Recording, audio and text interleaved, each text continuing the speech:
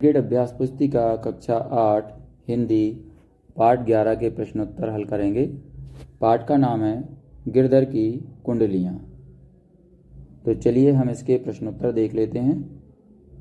सबसे पहले दिया है बहुविकल्पीय, सही उत्तर छांट कर लिखिए।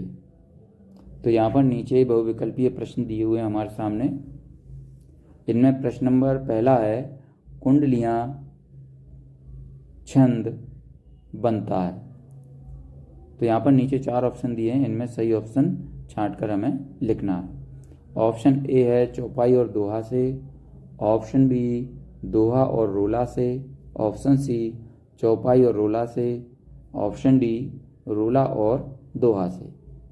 तो इसमें सही ऑप्शन है ऑप्शन बी, दोहा और रोला से। तो उत्तर में हम क्या लिखेंगे? दोहा, ऑप्शन बी दोहा और रोला से। चलिए अब हम अगला प्रश्न देखते हैं। प्रश्न नंबर 2 है, अनुस्वार युक्त सही वर्तनी वाला शब्द है। ऑप्शन ए में दिया है चांदी, ऑप्शन बी में दिया है हंसी, ऑप्शन सी हंस, ऑप्शन डी मुंह। तो इसमें सही उत्तर है ऑप्शन ए चांदी। उत्तर में हम क्या लिख देंगे? ऑप्शन ए चांदी। इसके बाद चलिए हम आगे बढ़ते हैं। प्रश्न नंबर 3 है, व्यवहार में विनम्रता कैसे आती है? ऑप्शन ए में लिखा है मीठी वाणी से, ऑप्शन बी में लिखा है वाचालता से, ऑप्शन सी में लिखा है कठोर वचन से, ऑप्शन डी में लिखा है चपलता से। तो इसमें सही ऑप्शन है ऑप्शन ए मीठी वाणी से। उत्तर में हम क्या लिखेंगे? ऑप्शन ए मीठी वाणी से। चलिए अब हम इसके बाद अगला प्रश्न देखेंगे। प्रश्न नंबर 4 है, कोयल में कौन सी विशेषता नहीं होती? ऑप्शन ए में लिखेंगे मधुरवाणी, ऑप्शन बी में लिखेंगे काला रंग, ऑप्शन सी में लिखेंगे कर्कशता, ऑप्शन डी में लिखेंगे सुहानी। तो इसमें सही ऑप्शन है ऑप्शन सी कर्कशता। उत्तर में हम क्या लिख देंगे? ऑप्शन सी कर्कशता। इसके बाद अगला प्रश्न है प्रश्न 5, दिए गए छंद के प्रत्येक चरण में मात्राओं की गणना संख्या होगी। तो नीचे छंद दिया है, जय हनुमान ज्ञान गुण सागर, जय कपीश तिहुँ लोक उजागर, रामदूत अतुलित बलधामा, अंजनी पुत्र पवन सुत नामा। अब नीचे ऑप्शन दिए हैं हमारे सामने। ऑप्शन ए में दिया है 13-11, ऑप्शन बी में दिया है 11-13, ऑप्शन सी में दिया है 16-16 और ऑप्शन डी में दिया है 24-24। तो इसमें सही उत्तर लिखेंगे हम। सही उत्तर कौन सा होगा? Option C 16-16। तो इसमें उत्तर में हम क्या लिखेंगे? Option C 16-16। चलिए अब हम आगे बढ़ते हैं। आगे दिया है, नीचे दिए गए शब्दों में से उचित शब्द चुनकर रिक्त स्थानों की पूर्ति कीजिए। तो यहाँ पर नीचे शब्द दिए गए हैं। कौन से शब्द हैं? उपमा, सपनों, बहता, गिरता। ये 4 शब्द हैं। अब हम खालिस्तान देखेंगे। तो खालिस्तान प्रश्न नंबर 6 है, गिरधर कविराय ने अपनी रचना खालिस्तान में लिखेंगे कुंडलियाँ छंद में की हैं। इसके बाद प्रश्न 7 है, कदम्ब शब्द में प्रयुक्त पंचम वर्ण खालिस्तान में लिखेंगे गिरता है। इसके बाद अगला है प्रश्न नंबर 8, सपने का बहुवचन रूप खालिस्तान में लिखेंगे सपनों होगा। इसके बाद प्रश्न नंबर 9 है, गिरधर कविराय ने दौलत को खालिस्तान में लिखेंगे बहता जल कहा है। अगला प्रश्न 10 है, शब्द सुने सब कोई पद में प्रयुक्त अलंकार खालिस्तान में लिखेंगे उपमा है। चलिए अब हम आगे बढ़ते हैं। अति लघुत्तरीय प्रश्न है हमारे सामने। प्रश्न नंबर 11 है, हमें मीठे वचन क्यों बोलना चाहिए? तो उत्तर में हम लिखेंगे क्योंकि इससे सामाजिक संबंध अच्छे बनते हैं और लोग हमारे प्रति सम्मान रखते हैं। अगला प्रश्न 12 है, इन शब्दों में उचित स्थान पर अनुनासिक चिन्ह लगाकर सही शब्द बनाइए।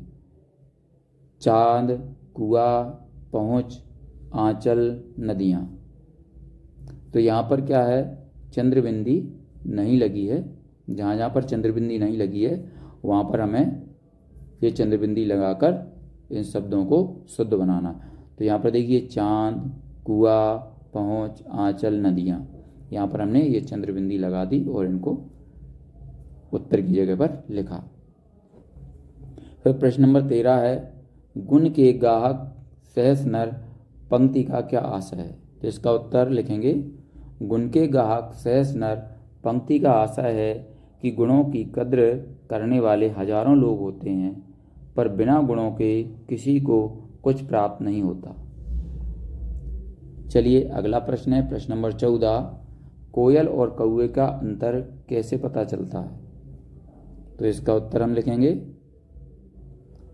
कोयल और कौवे का अंतर उनकी वाणी से पता चलता है। कोयल की वाणी मधुर होती है जबकि कौवे की वाणी कर्कश होती है। आगे बढ़ेंगे, लघु उत्तरीय प्रश्न है हमारे सामने। प्रश्न नंबर 15 है, कोयल की प्रशंसा क्यों की जाती है। तो इसके उत्तर में लिखेंगे, कोयल की प्रशंसा उसकी मधुर आवाज़ के कारण की जाती है। उसकी बोली मन को भाती है और वह बसंत ऋतु का संदेशवाहक मानी जाती है। चलिए अब हम अगला प्रश्न देखेंगे। प्रश्न नंबर 16 है, कुंडलियाँ छंद की क्या विशेषता है। तो इसके उत्तर में लिखेंगे हम, कुंडलियाँ दोहा और रोला के संयोग से बना छंद है। इस छंद के 6 चरण होते हैं तथा प्रत्येक चरण में 24 मात्राएं होती हैं। अगला प्रश्न हम 17 लिखेंगे, आपको अचानक बहुत सारा धन मिल जाए तो आप कैसा व्यवहार करेंगे। तो इसका उत्तर लिखेंगे, अगर मुझे अचानक बहुत सारा धन मिल जाए तो मैं अभिमान नहीं करूंगा और इसे समझदारी से खर्च करने की कोशिश करूंगा। मैं इस धन को अच्छे कार्यों में लगाऊंगा और विनम्रता बनाए रखूंगा। अगला प्रश्न है, प्रश्न नंबर 18, आप ऐसी कौन सी बात को भूलना चाहेंगे जो आपको अच्छी नहीं लगी हो। तो इसका उत्तर हम लिखेंगे, मैं उन सभी नकारात्मक घटनाओं को भूलना चाहूँगा जिनसे मेरा मन दुखी हुआ हो या जो मेरे आत्मविश्वास को कमज़ोर करती हो। चलिए हम आगे बढ़ते हैं। आगे हमारे सामने दीर्घ उत्तरीय प्रश्न है। प्रश्न नंबर 19 है, गिरधर की कुंडलियाँ लोक व्यवहार में कितनी उपयोगी हैं। तो इसका उत्तर हम लिखेंगे, गिरधर की कुंडलियाँ लोक व्यवहार में बहुत उपयोगी हैं क्योंकि इनमें व्यावहारिक ज्ञान और नैतिक शिक्षा भरी हुई है। यह हमें सही जीवन जीने की प्रेरणा देती है और समाज में बेहतर संबंध स्थापित करने में मदद करती है। चलिए अगला प्रश्न हम लिखेंगे। प्रश्न नंबर 20 है, आप अपने जीवन में किस व्यक्ति से प्रभावित हुए हैं, उनके गुणों के बारे में विस्तार से लिखिए। तो उत्तर में लिखेंगे हम, मैं अपने जीवन में दादाजी से प्रभावित हूँ।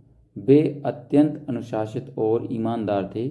उन्होंने हमें सिखाया कि जीवन में मेहनत और सच्चाई कितनी महत्वपूर्ण है।